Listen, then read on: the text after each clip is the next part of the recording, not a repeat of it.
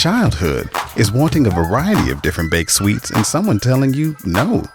Adulthood is wanting a variety of different baked sweets and being able to go right to Mickey D's to get every single one you want.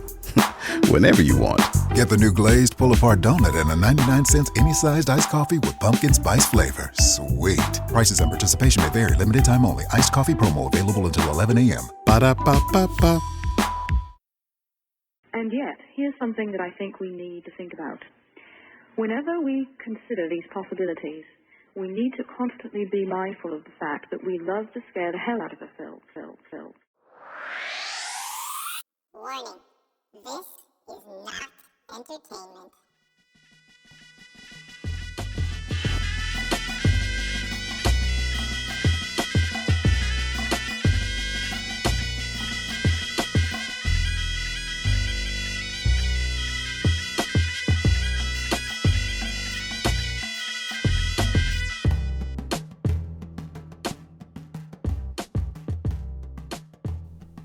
I've wanted to refrain from commenting on the Afghanistan situation until we got a little bit of distance from it. In the chaos that unfolded after Kabul fell to the Taliban, and it just seemed like a whole house of cards came tumbling down in a matter of literally days, it's really easy for everyone to become an armchair global affairs expert, which you've I'm sure seen no shortage of in recent weeks and over the last month or so. And everybody can come out and say, I told you so. XYZ was going to happen. No matter what, it was just inevitable. The only question was when. And it's tempting to pile onto that and to be one of those guys because, you know, it's no secret. I've been opposed to the Afghan war from the onset, and the Iraq war even more so.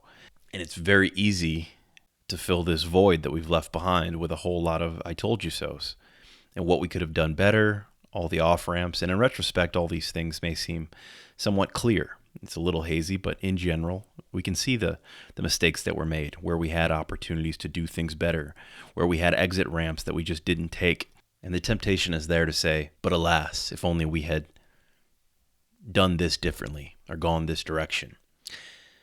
So for those reasons, I wanted to refrain from commenting on Afghanistan until I've had a little bit of distance from the immediacy of the event, and then also some time to process and kind of think through not only the macro of recent events and the consequences and what this means going forward, but also to reflect on the last 20 years. I mean, 20 years. Many of you listening to this podcast have never known a time when we weren't occupying the Middle East. And for many others, there was a brief hiatus between Desert Storm in the 90s and Operation Iraqi Freedom and the surge into Afghanistan. But for most of our lives, if you're under the age of 40, we have been in the Middle East as a permanent occupying presence. That's no small thing. And you could be forgiven early on, especially in the 90s, for thinking this is a noble cause, noble pursuits. When Bush Sr. went in to liberate Kuwait and to liberate the Iraqi people, ultimately, which failed, from the oppressive boot of Saddam Hussein, you could be forgiven for thinking this was a noble endeavor. Most people didn't understand the influence of Iraqi oil or the desire to control such a vast ocean of black gold at that time. You could have been forgiven because there were awful, awful human rights catastrophes and atrocities happening in Iraq and Kuwait and the Middle East in general in that time. And without all the baggage and all the retrospect of fighting forever wars and sending our children to die and actually having to live out the consequences of foreign occupancy, you could have been forgiven for thinking it's a noble pursuit to liberate these people and to set them free to chart their own course, let alone the fact that there's a great amount of hubris that comes with such a notion, to assume that these people not only want to be liberated, but that they also want to be supported, occupied, and rebuilt in a Western form of democracy.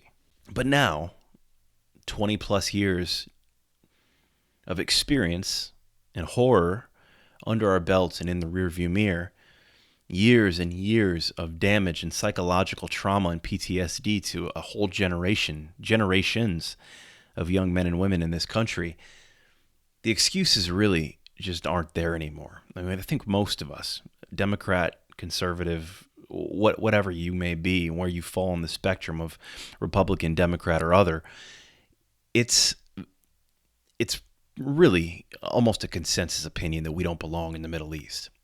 And there are some stalwarts and some war hawks out there that, refuse to just let go of the notion that America needs to be the global police force occupying the world and maintaining order. But for the most part, we're all in agreement that our presence there was long overdue if it was ever warranted at all.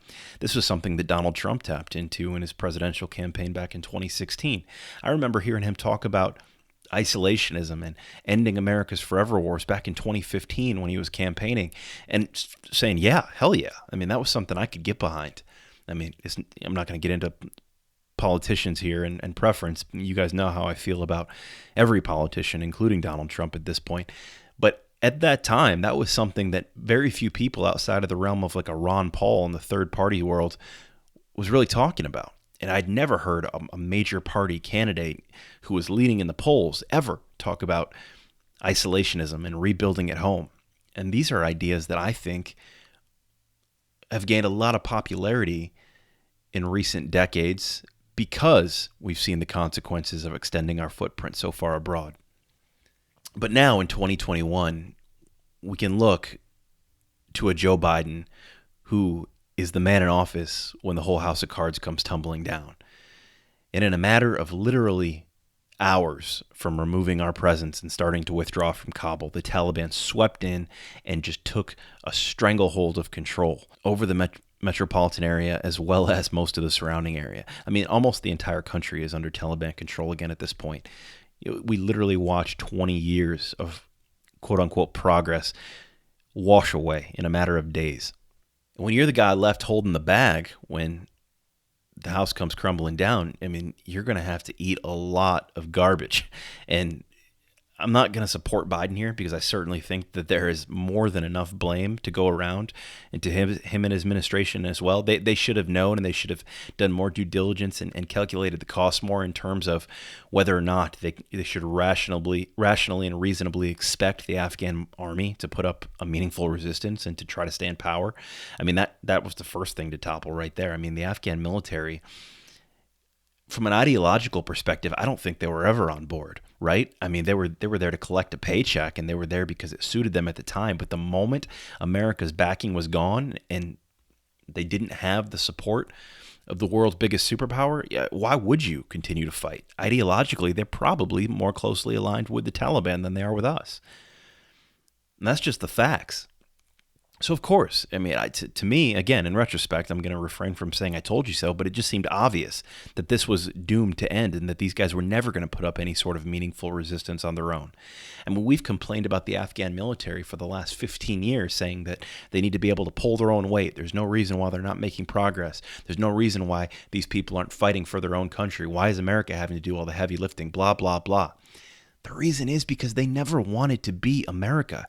They found themselves between a rock and a hard place where they could fight against America, kicking against the goads, or they could fight with America in hopes of just maintaining some sort of a life and maybe come out better on the other side of this than the alternative option. What did you really expect of these people?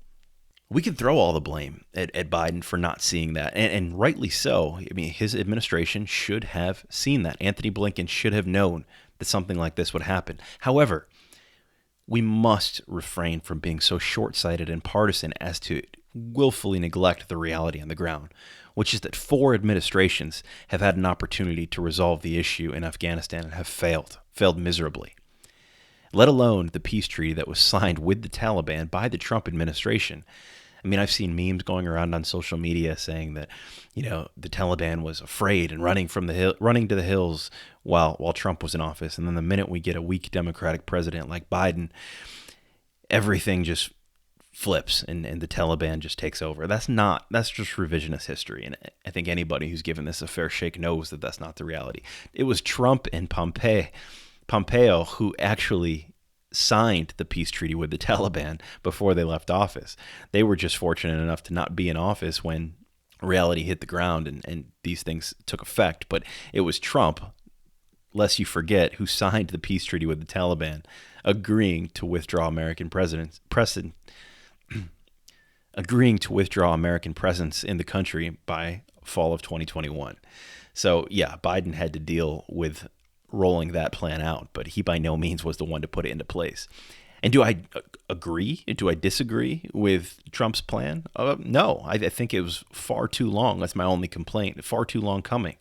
We should have had a withdrawal plan from Afghanistan, and we should have never been there, but we should have gotten out of there at minimum 15 years ago, before the surge under the Obama presidency, when we realized this was an unwinnable war.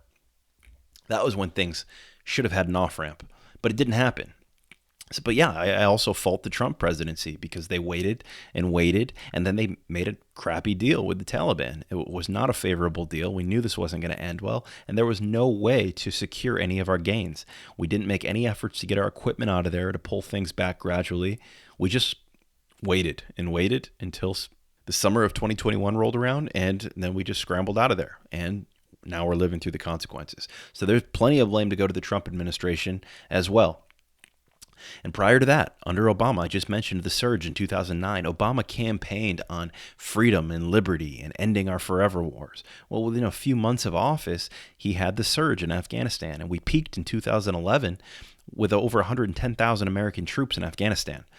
So if anything, Obama heightened the issue. He didn't help to resolve it. I think he got a come to Jesus moment when he got into office and realized that something like what just happened under Biden would happen to him if he tried to pull back American troops at that time. So against better judgment, he kicked the can down the road. Not only kicked the can, he made it bigger. So plenty of blame to go around for the Obama administration and John Kerry as well.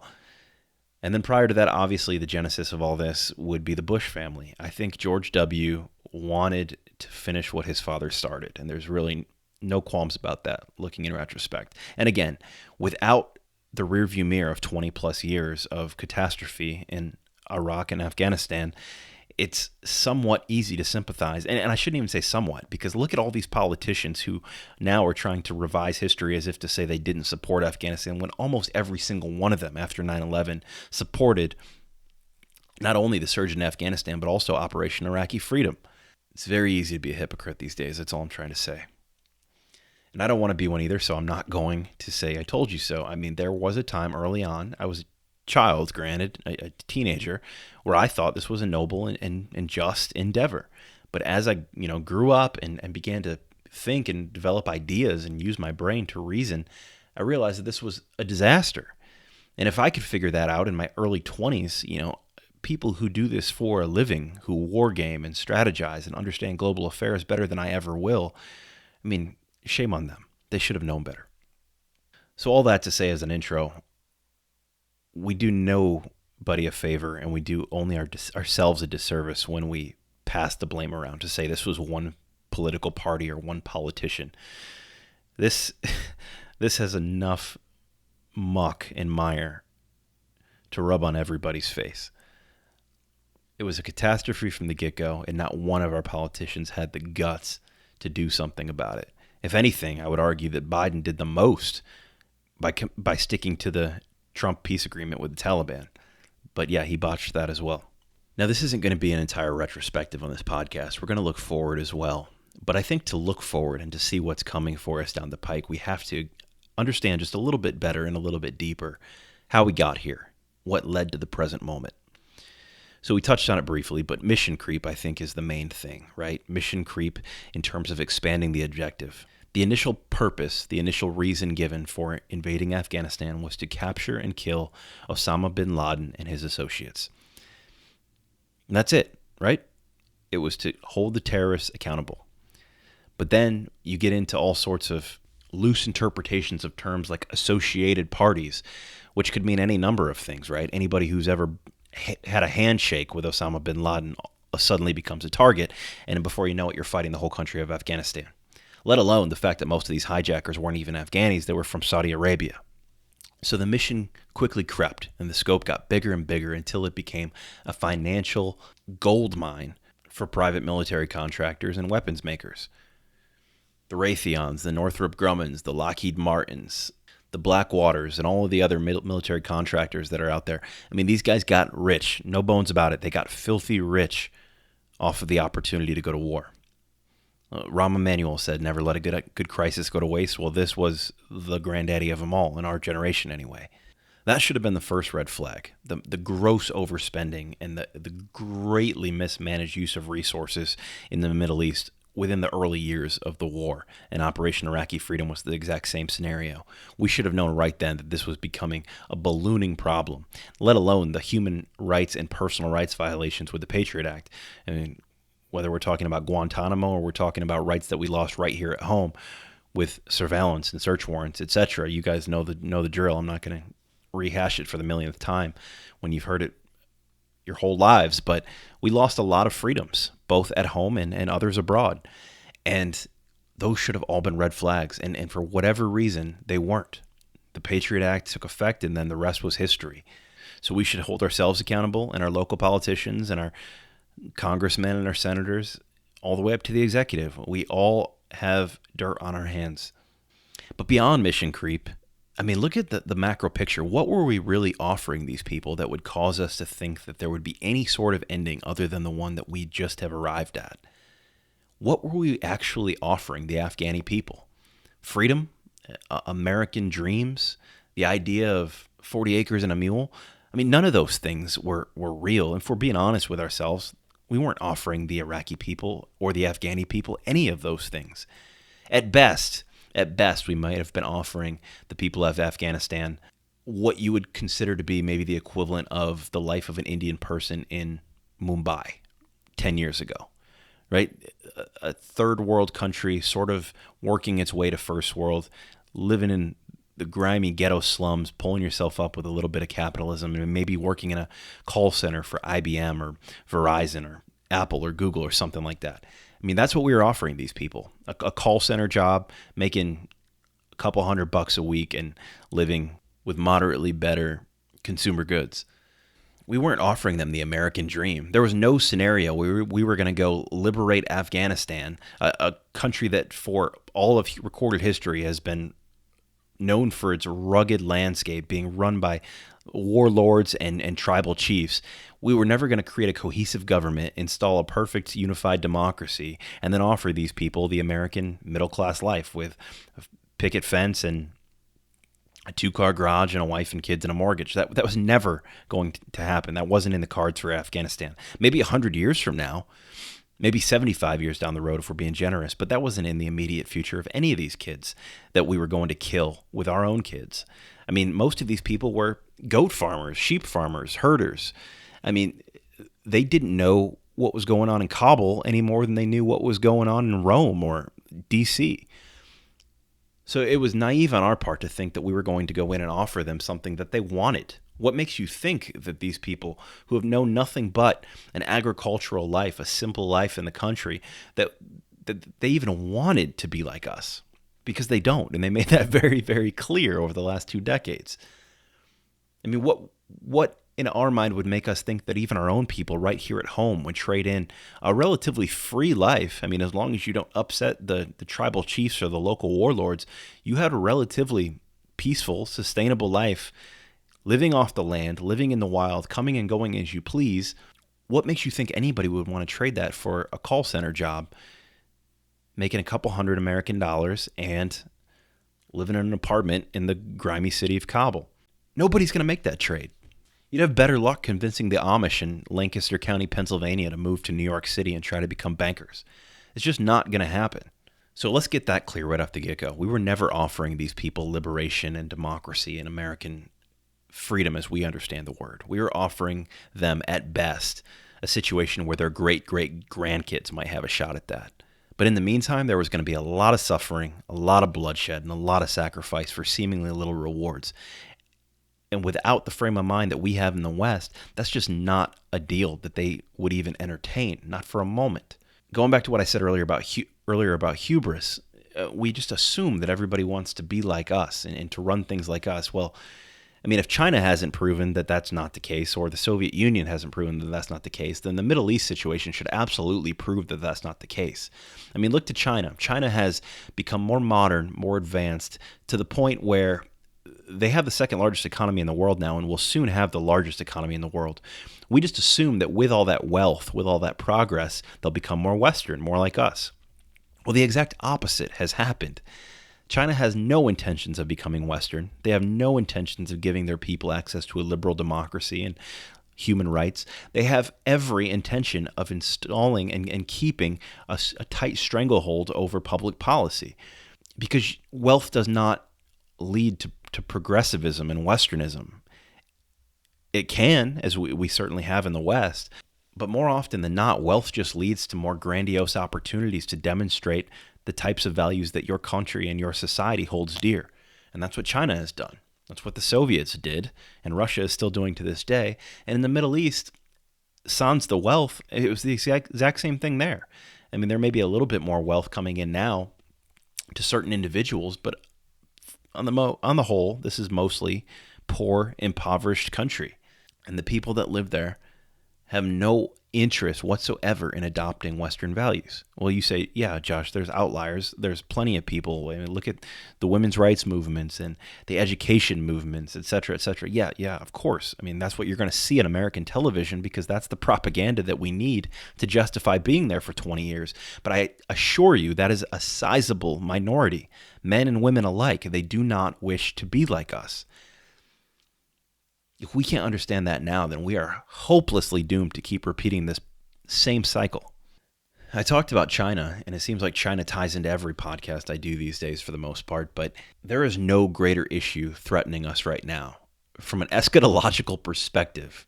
And I don't know if there's anything more important to talk about, given that this podcast is called Eschaton. Nothing is more of a clear and present threat to us than China and the rise of China, because we are in a Thucydides trap that is bound to end in catastrophe unless something significant changes in the next few years. Nothing could have been better for China and China's rise than for us to be mired in the muck of Afghanistan and Iraq and the Middle East for the last 20 years. Because China saw, just like we saw, how the Soviet Union got bogged down in the 70s and 80s in Afghanistan. They saw how it just wore them down and caused so much strife and stress and waste in military spending that ultimately the Soviet Union collapsed. Now, that may not be directly attributed to their invasion in Afghanistan, but it certainly helped hasten it. China watched us make that same mistake. We watched us make the same mistake. And while we were distracted, China was spreading its tentacles all over Africa, all over Europe, all over North Asia, all over South Asia, and they were building an empire that is not recognized in name yet, but soon will be, because they have done the work to make the connections and lay the foundations of what every empire is built on: resources and industrial might. Meanwhile, while China's doing that, Russia is staking claim to the Arctic. I mean, America has been so distracted in the Middle East that we haven't even had time to notice or do anything about the fact that Russia has claimed more territory in the Arctic than almost their entire landmass of Siberia. I mean, Russia has an ocean of oil they're sitting on in the Arctic, and they've built military installations up there to make sure nobody else can touch it. They've got icebreakers up there to make sure that the Americans can't interfere. I mean, they've got more of a military presence at the top of the world right now than we could ever hope to have in 50 years, because we've been so distracted with smaller and less important things, to be frank. China and Russia have made moves while we were playing good guys and bad guys, cops and robbers, cowboys and Indians in an unwinnable war. Those are just the facts. And because of this, we've been extremely late to pivot to the South China Sea. It was Obama who started to wake up to this in the 20-teens. I think it was 2012, 2014, somewhere in that window, where we really started talking about pivoting to Asia and really having an American military presence in the South China Sea. But that was hamstrung because we were so spread thin with resources and money and brain power in Iraq and Afghanistan that we couldn't make a sizable push to put the reins in on China when we needed to. Now, granted, I'm not in favor of interfering with China's progress either. I'm somewhat of an isolationist, if you can't tell, and very libertarian when it comes to global affairs. Now, I understand that may be a bit naive, so I'm not entirely an isolationist, and I do think we have needed to monitor China and tried to keep them in check, but we could do that through diplomacy. But we were so late to the party because of Afghanistan and because of Iraq that China just went unrestrained in the wild, wild west of the South China Sea for the last 20 years, that now it's just a dragon that cannot be conquered. Our pivot was extremely late, and now you see us scrambling resources to get over there because everybody and their father knows that that's where the premise of the next great war will come from. If there is to be another great war, we know that it's going to begin in the South China Sea, and now America's rushing to get over there. Well, if we'd done that 10 years ago, things might be a little bit different. But because we waited, because we were distracted with lesser things and paper tigers, now China's got a leg up, one that may be insurmountable. So what now? What do we do now in Afghanistan? What awaits us in the Middle East? As far as I can tell, it's nothing but Afghan nightmares. Nightmares for us, nightmares for the people who live there, and nightmares for our allies, because now we will again be faced with the threat of terrorism. The Taliban obviously is no friend to American democracy. They will be able to harbor 1,000 Osama bin Ladens if they wish to, and we're going to have a hell of a time dealing with it because there's no appetite to go back in. Now, granted, of course, we're still going to have black ops. We're probably going to have SEALs going in there occasionally. We're going to continue to fly drones and drop bombs on what we perceive to be terrorist threats. But when we don't have a force on the ground in that country anymore, it's going to be even harder than it was before to keep a chokehold on terror cells. So you can expect the return of an ISIS. You can expect a new and improved Taliban that learns from its mistakes, and you can expect more terrorist threats, if not actual terror attacks in Western Europe, in America, and in our neighboring ally countries right there in the Middle East. Israel's going to have to keep its guard up for sure. We've stirred the hornet's nest for a long, long time there, and then we left, and now we got a whole bunch of pissed off hornets who've learned from mistakes of the past, and now they're back in control. So you can imagine what that's going to look like. Additionally, there's nightmares for the people who live there. I mean, my heart breaks for the young children, for the young adults who got a taste of a better world, of freedom. They wanted to become doctors. They wanted to become educators. Maybe they wanted to become democratic politicians. I mean, I'm not naive enough to say that, they couldn't pursue some of these things, with the exception of democratic politician. They couldn't pursue these things under their former government. They could, but America, for all of our warts, we put in the infrastructure and provided the resources for these people to do things that they could have not dreamed of even 25 years ago, their parents' generation. I mean, education opportunities for women to have a voice. These things are all going to be rolled back, and that's tough because once you get a taste of that, I mean, it's really tough to roll it back for those who wanted it. Now, granted, as I said earlier in the podcast, these people obviously are in the minority, and they're in the metropolitan and urban centers, but they're people nonetheless, and they're a sizable minority, and they're going to suffer. They're going to be brought back to heel under the boot of the Taliban, and that's tough once you've gotten a taste of life without it. So they're going to have to adopt a new norm that's looking a lot like the old one, and for many people, that's going to be dark. And then as we look back home here in America, all of our soldiers, all of our military veterans who fought, lost life and limb, for what, right? I mean, that's got to be the first thought running through the minds of so many of these soldiers. PTSD, addiction, suicide, all these things rise because all of our soldiers, these young men and women who fought and gave everything, in some cases literally everything, the ones that are alive are still wondering, what was it all for? What was I doing? And when reality kicks in and you realize that the main thing you were doing was doing the bidding of corporations and military contractors, helping them to get rich and stuff their own pockets with your blood, I mean, that pisses you off. And you feel helpless and hopeless and powerless to do anything about it. So you turn to drugs, you turn to any sort of release or vice. And I'm not saying this is everyone, obviously, but a lot of people are succumbing to the weight of this reality, and that's tough for anyone to swallow. I could only imagine. And the PTSD alone, seeing your buddies lose limbs, lose their lives for dollar signs, for an unwinnable war, one that we knew was over 15 years ago, and yet we kept sending more and more people into the churn. It'd be really easy to say that this is our generation's Vietnam. It's really easy to say that. I mean, you've probably heard 100 times.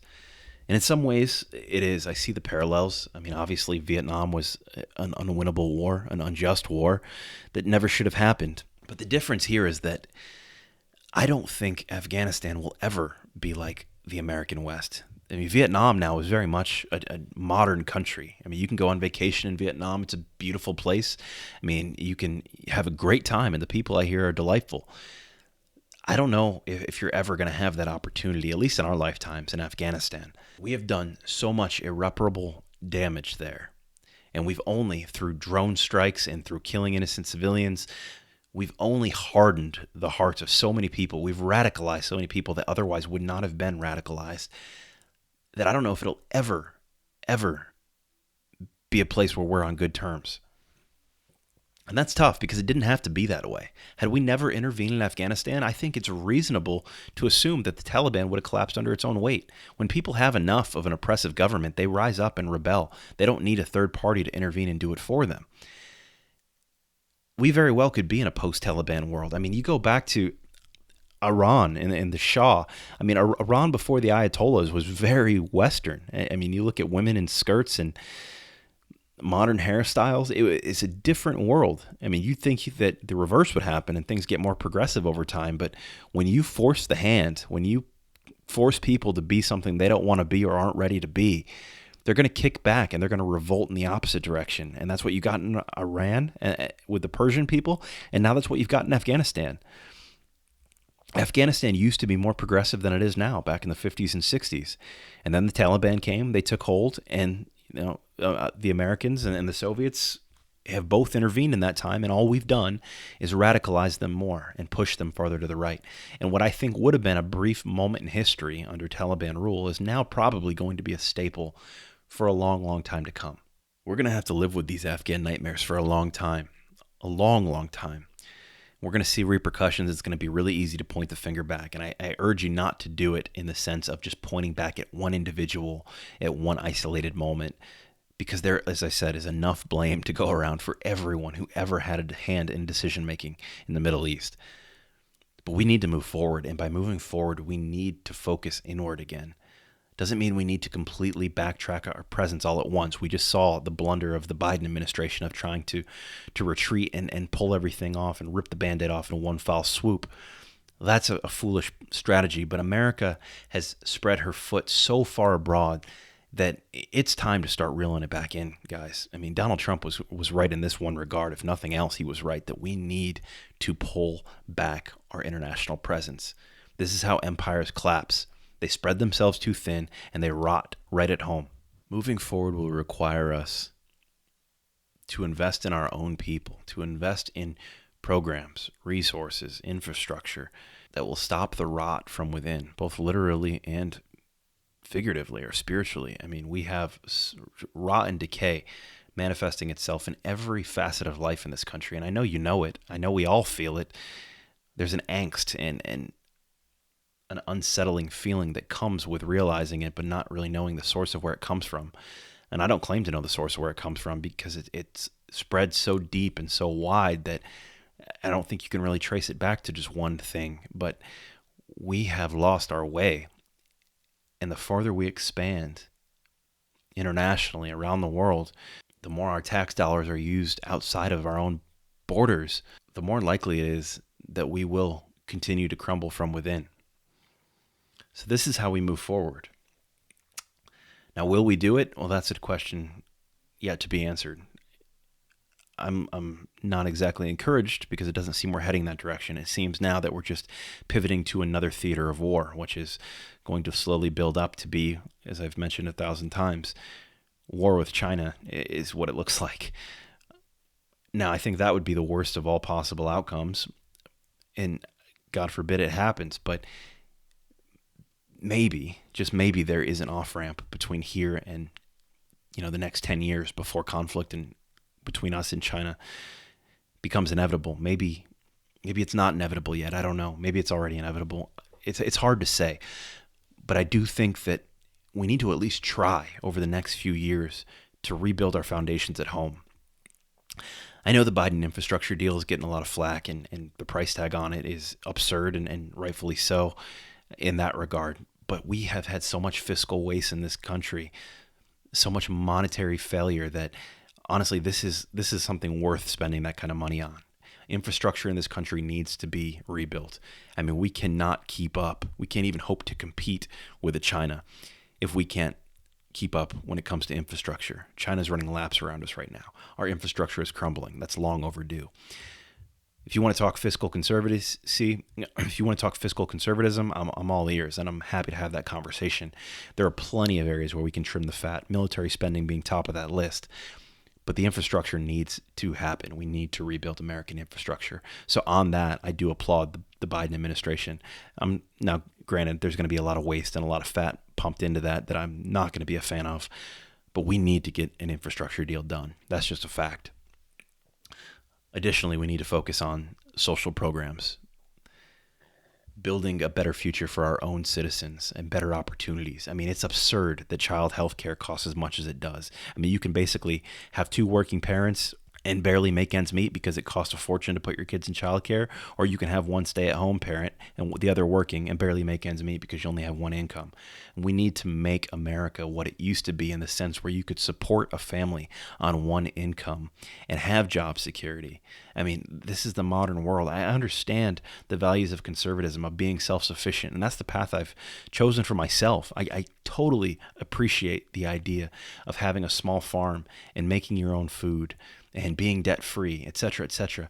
But we live in a modern metropolitan world, whether we like it or not, and now we have to deal with the consequences of it. Alexander Hamilton won the debate between Jefferson and Hamilton about how America was going to look, and because of that, we need to just make it work.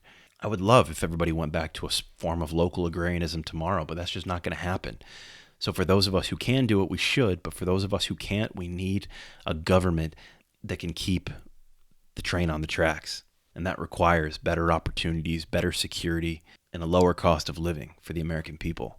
Now, I know this isn't just an American-centric show, so forgive me if I'm giving American solutions to international problems here. But for those who are looking for a path forward who are outside of America's borders, what about all of our European allies who also got dragged into Afghanistan and Iraq? I know Emmanuel Macron was not thrilled. The French president was not thrilled that America pulled out of Afghanistan without consulting its allies. I know that the UK was not thrilled.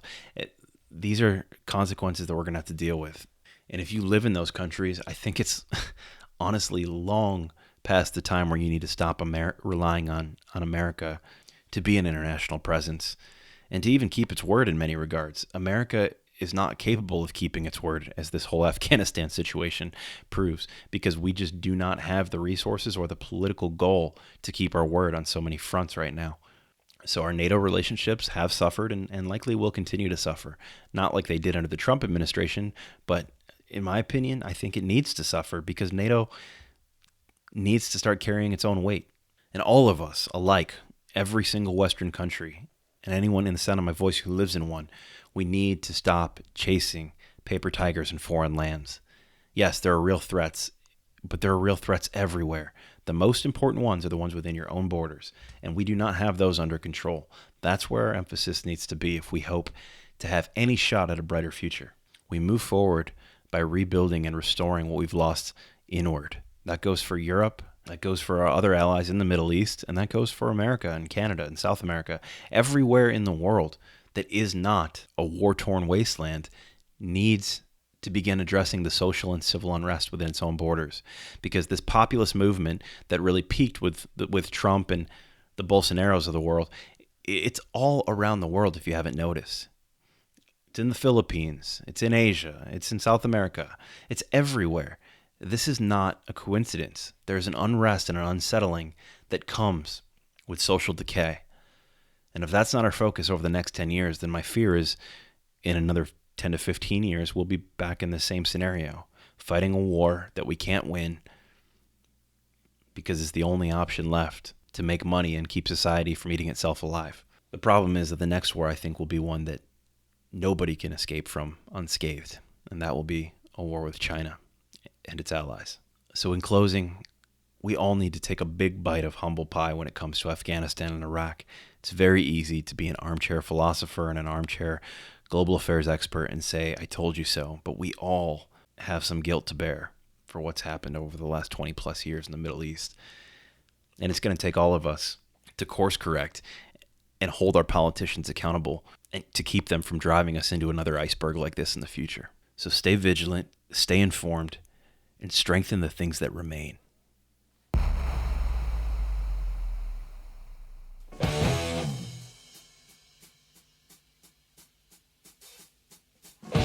Generals gathered in their masses, just like witches at black masses. Evil minds that plot destruction, sorcerer of death's construction. In the fields of bodies burning, as the war machine keeps turning. Death and hatred to mankind, poisoning their brainwashed minds. Oh, Lord, yeah.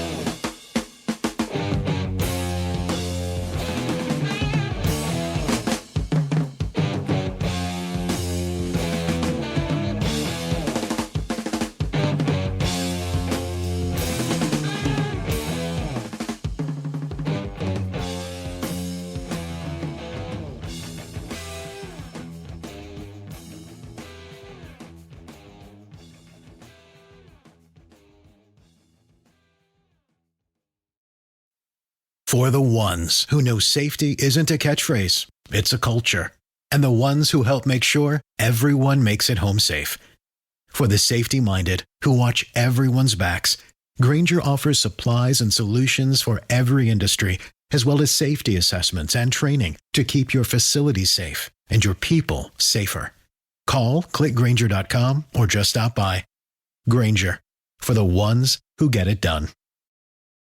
Almost 90% of women have cellulite. And guess what? It's not their fault. We don't choose cellulite, but we can choose a different way to treat it. Meet Quo, collagenase Clostridium histolyticum, AAES, the first and only FDA-approved prescription injectable for moderate to severe cellulite in the buttocks of adult women. This non-surgical treatment is injected by an aesthetic specialist in 10 minutes or less. Individual results may vary. Do not receive if you are allergic to any collagenase or ingredients in Quo, or have an infection at the treatment site. May cause serious side effects, allergic reactions including anaphylaxis, and injection site bruising. Seek medical help right away for any signs of allergic hypersensitivity. Tell your doctor about all your medical conditions if you have a bleeding condition or take medicine that prevents clotting. Most common side effects include bruising, pain, hardness, itching, redness, discoloration, swelling, and warmth at the injection site. Ask your doctor about all possible side effects and for product information. If you're ready to get to the bottom of your cellulite, learn more and find a specialist at Quo.com.